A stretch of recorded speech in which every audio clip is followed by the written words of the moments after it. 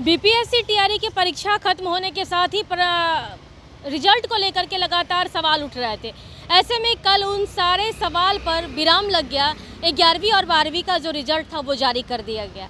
हमारे साथ बात करने के लिए टीईटी के प्रदेश अध्यक्ष अमित विक्रम जी मौजूद हैं। हम इनसे जान लेते हैं कि बीपीएससी वर्सेस विशिष्ट शिक्षक सही कौन सा है। देखिए, सरकार तो कह रही है कि दोनों बराबर होंगे। जो नियमावली है उसमें स्पष्ट तौर पे उल्लेख है कि संविधान के धारा 309 के तहत जो पंचायती राज संस्थाओं के तहत कार्य शिक्षक थे और जो बीपीएससी परीक्षा देगा है, दोनों को बराबर लाने के लिए नियमावली है।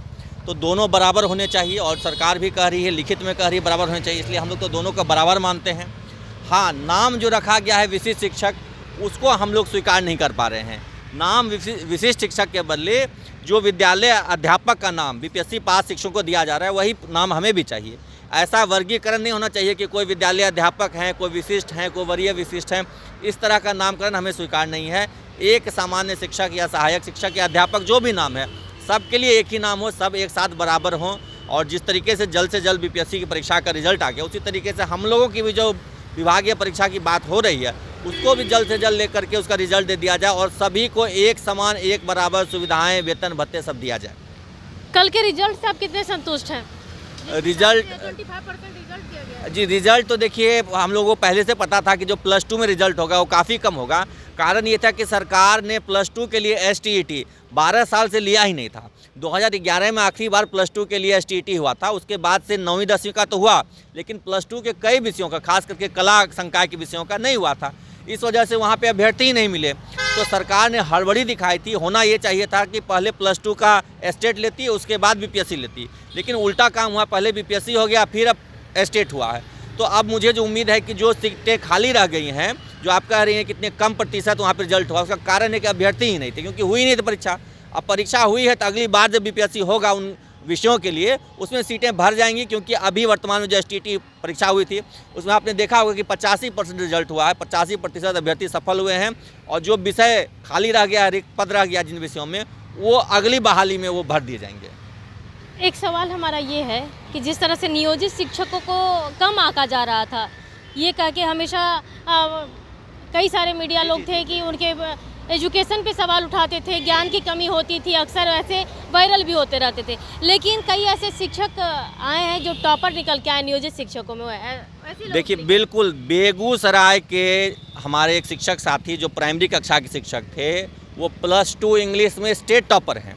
हमारे मुंगेर जिला के हमारे सहकर्मी सादत भाई जो हैं शिक्षक हैं, वो +2 भूगोल विषय के टॉपर हैं। तो इस प्रकार से आप देखिएगा कि जो शिक्षकों को कमतर बताया जाता है कि योग्य नहीं हैं, अयोग्य हैं, ये सब सवाल बेबुनियाद इन्होंने साबित किया कि अभी जितने विषय हैं उसमें से 2 विषय के स्टेट टॉपर नियोजित शिक्षक हैं और जो प्राइमरी में पढ़ा रहे थे। तो ये जो सारे सवाल खड़े करती है, मीडिया में भी बहुत लोग पूछते रहते हैं, सरकार भी तरह तरह के अपने प्रवक्ताओं से बयान दिलवाती है और आम जन के बीच एक भ्रांति फैली हुई है कि नियोजित शिक्षक योग्य नहीं है। खास करके जो 2011 के बाद टीईटी परीक्षा पास करके आए हैं शिक्षक, वो योग्य हैं और वो अपनी योग्यता प्राइमरी के वाले शिक्षक दिखा रहे हैं +2 में टॉप करके। तो आप समझिए कितने योग्य थे। तो ये सब सवाल बेबुनियाद था। योग्यता को लेकर कहीं कोई प्रश्न उठना ही नहीं चाहिए। और आप देखिएगा ना, विभागीय परीक्षा होगी ना, सारी योग्यता पे जो सवाल है हम लोग उसमें उसको निराधार साबित कर देंगे। बीपीएससी का तो हमने बहिष्कार किया था कि प्राइमरी में नहीं भरें। जो हाई स्कूल या +2 में है केवल उनको भरने के लिए हमने कहा था कि वो भर सकते हैं अपग्रेड होने के लिए, लेकिन प्राइमरी के ही शिक्षक प्राइमरी में नहीं भरे, हमने मना किया हुआ था। लेकिन जो विभागीय परीक्षा होगी उसमें आप देखेंगे कि 100% टीईटी शिक्षकों का रिजल्ट होगा। पूरे बिहार में जो 1.5 लाख टीईटी शिक्षक हैं, विभागीय परीक्षा में से सभी उत्तीर्ण करेंगे। और सिर्फ टीईटी शिक्षक ही नहीं, मेरा तो मानना है कि जो नियोजित शिक्षक हमसे पूर्व शिक्षक साथी हैं वो भी उत्तीर्ण करेंगे।